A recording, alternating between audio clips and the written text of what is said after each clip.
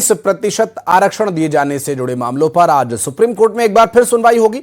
पिछली सुनवाई के दौरान सरकारी वकीलों की गैर मौजूदगी को लेकर उठे सवालों के बाद यह मामला अब और चर्चा में आ गया है। अब आज की सुनवाई में राज्य सरकार और ओबीसी वर्ग के अधिवक्ता अपने अपने पक्ष मजबूती से रखेंगे। 4 दिन पहले हुई सुनवाई में ओबीसी वर्ग के वकीलों ने आरोप यह लगाया था कि केस कॉल होने के समय मध्य प्रदेश सरकार की ओर से कोई अधिवक्ता उपस्थित नहीं था।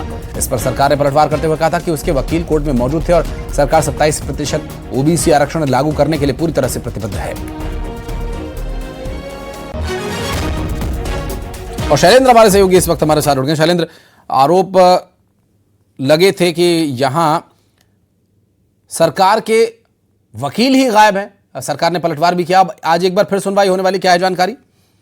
बिल्कुल, देखिए सुप्रीम कोर्ट में आज ओबीसी आरक्षण को लेकर एक बार फिर सुनवाई होनी है। और जिस तरीके से कांग्रेस ने पिछली बार ये आरोप लगाए थे कि वकील जो है वो उपस्थित नहीं हुए थे सरकार की तरफ से, और यही कारण है कि सुनवाई को आगे बढ़ाया गया था। और उसको लेकर अब देखिए कांग्रेस पर एक बार हमलावर है। कांग्रेस के जो वरिष्ठ नेता हैं अरुण यादव, उन्होंने सोशल मीडिया पर पोस्ट किया और कहा है कि कोर्ट की फटकार के बाद भी सरकारी वकील जो है वो आगे तारीखें मांग रहे हैं। वो कह रहे हैं कि अब कौन सा झूठ बोलकर पेशी की तारीख आगे बढ़वाई जाएगी। देखिए ओबीसी को लेकर लगातार मध्य प्रदेश में सियासत गरमाई हुई। जिस तरीके से कमलनाथ सरकार ने 27% आरक्षण को देने की बात कही थी, लेकिन बाद में मामला कोर्ट में चला गया। हालांकि सरकार की तरफ से भी समय समय पर यह कहा जाता, खुद मुख्यमंत्री डॉक्टर मोहन यादव भी कई बार ये बात कह चुके हैं कि मध्य प्रदेश की सरकार 27% आरक्षण देने को तैयार है, बशर्ते बस न्यायालय में जो मामला है वो सुलझ जाए। और यही कारण है कि आपको याद होगा कुछ दिन पहले एक सर्वदलीय बैठक भी बुलाई गई थी, जिसमें बाकायदा जीतू पटवारी, उमंग सिंघार और मुख्यमंत्री डॉक्टर मोहन यादव के बीच बातचीत हुई थी और कहा था कि जितनी भी याचिकाएं हैं उस पर संयुक्त तौर पर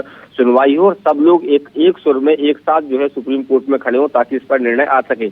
लेकिन जो सर्वदलीय बैठक हुई थी, लेकिन उसका असर जो है वो देखने को नहीं मिला है। और कोर्ट में जिस तरीके से अलग अलग पक्ष के वकील अलग अलग दलीलें देते नजर आ रहे हैं, और यही कारण है कि मामला लगातार बढ़ता चला जा रहा है। देखना होगा कि आज जो हियरिंग होने वाली है उसमें किस तरह का फैसला जो है वो कोर्ट की तरफ से दिया जाता है। और जो न्यायालय में आज जो वकील चाहे सरकार के पक्ष के हों या फिर विपक्ष के जो वकील हैं वो जब खड़े होते हैं तो किस तरह की दलीलें देते हैं और उससे उन दलीलों से कितना सुप्रीम कोर्ट सहमत होता है, किस तरह के निर्णय देता है, ये देखने वाली बात होगी। दूसरी तरफ अगर मैं बात करूं तो ओबीसी संगठन जो है वो लगातार दोनों राजनीतिक दलों पर हमलावर है। वो कह रहे हैं कि देखिए आपकी राजनीति के चक्कर में युवाओं को बिल्कुल। आप शैलेंद्र आप रहिएगा हमारे साथ, कुछ और खबरों पर जानकारी लेने के लिए आप बने रहिएगा।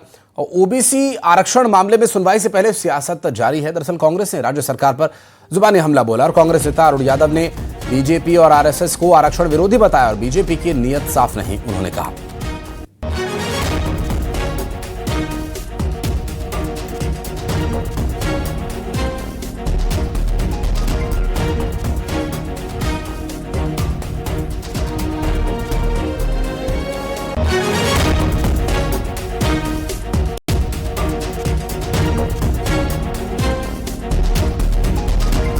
और कांग्रेस अब राज्य सरकार को घेरती नजर आ रही है और साथ ही बीजेपी और आरएसएस को आरक्षण विरोधी कांग्रेस ने बताया है।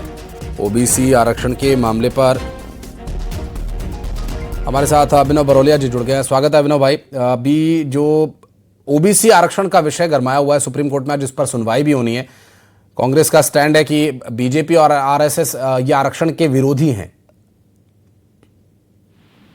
कांग्रेस सरकार ने 27% ओबीसी का आरक्षण दिया, ये पूरी जनता जानती है।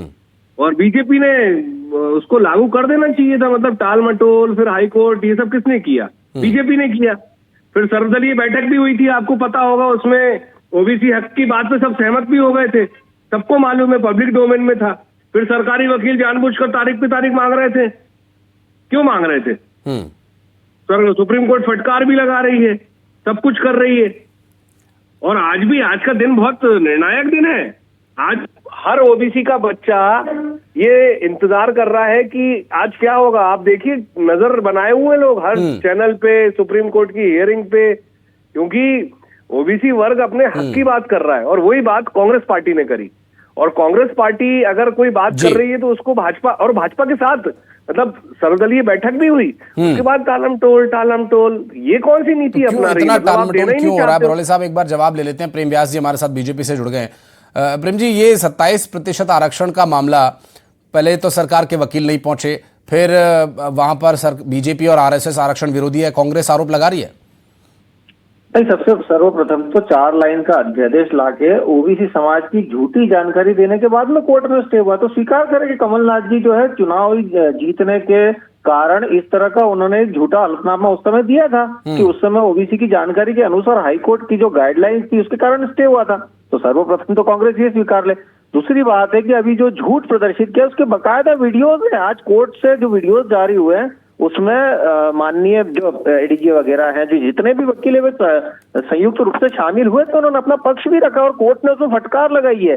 जिन लोगों ने वो झूठे वीडियो प्रचारित करे थे कि भारतीय जनता पार्टी की तरफ से कि कोई भी वकील अपीयर नहीं हुआ, वास्तविकता में अपीयर हुआ है। और हमारी प्रतिबद्धता है, पर डे सुनवाई हमने चालू करी, ऑल पार्टी मीटिंग हमने करी और ये सुनिश्चित करा के निश्चित समय पर ओबीसी वर्ग की जो वास्तविक जनसंख्या की जानकारी वो कोर्ट में प्रदर्शित करी भाई। उसके बाद ये तय हो पाया, कोर्ट उस निर्णय के आसपास पहुंच पाया कि आज वो निर्णय लेने के लिए बाध्य है। तो उसको बाध्य पहुंचाने तक जितनी भी कानूनी प्रक्रियाएं थी उनको पूर्णतः पालन किया गया। ऑल पार्टी मीटिंग हमने आह्वान करा कि सब बैठे एक ही दल पर और एक ही मंच से ये तय हो, सुनिश्चित हो कि वास्तविकता में जो लाभ देना है वो लाभ समय अनुसार वहां पर पहुंच पाए।